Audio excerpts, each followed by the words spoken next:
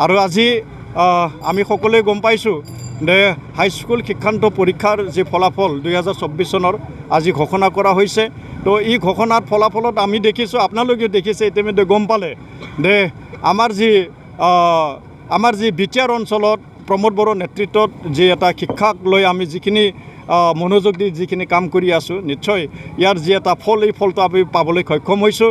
ধাৰাবাহিকভাৱে দ্বিতীয়বাৰৰ কাৰণেও আমাৰ এই বড়োলেণ্ড অঞ্চলত বিটিআৰ অঞ্চলত যি চিৰাং জিলা, এই চিৰাং জিলা 33খন জিলাৰ ভিতৰত মানে এক নম্বৰ জিলা হিচাপে 91.1% লৈ আমি অসমৰ ভিতৰতে আমাৰ এই বিটিআৰ অঞ্চলত চিৰাং জিলা অসমৰ ভিতৰতে টপ ৰিজাল্ট কৰিবলৈ পাৰিছে।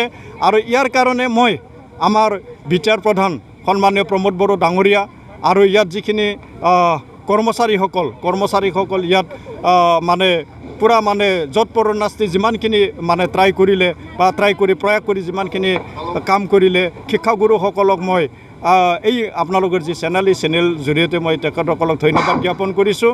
আৰু যি এটা ধাৰাবাহিকতা, এই ধাৰাবাহিকতা অটুট ৰাখক। ইয়াৰ কাৰণে আমি সকলোৱে ইয়াত মানে বিধানপালিকাই হওক, ইয়াৰ কাৰ্যপালিকাই হওক, আমি সকলোৱে লগ লাগি আমি কাম কৰিব লাগে। আৰু এই বিটিআৰ অঞ্চল আমি উন্নয়নৰ জখলাত আমি আগবঢ়াই নিব লাগে। 86% লৈ বাক্সা জিলাও তৃতীয় স্থানত আছে।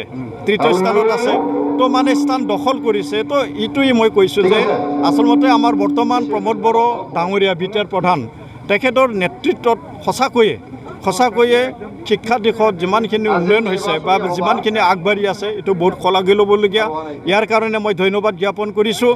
আৰু অকল মানে শিক্ষা বিভাগ নহয়, ইয়াত বিভিন্ন বিভাগতে, ইয়াত স্বাস্থ্য বিভাগতে হওক, ইয়াত শিক্ষা খণ্ডতে হওক বা স্বাস্থ্য খণ্ডতে হওক, ইয়াত উন্নয়নৰ খণ্ডতে হওক, ধাৰাবাহিকভাৱে ইয়াত যিখিনি উন্নয়ন, এই উন্নয়ন কাম কাজ আজিৰ দিনত প্ৰমোদ বড়োৰ নেতৃত্বত হৈ আছে।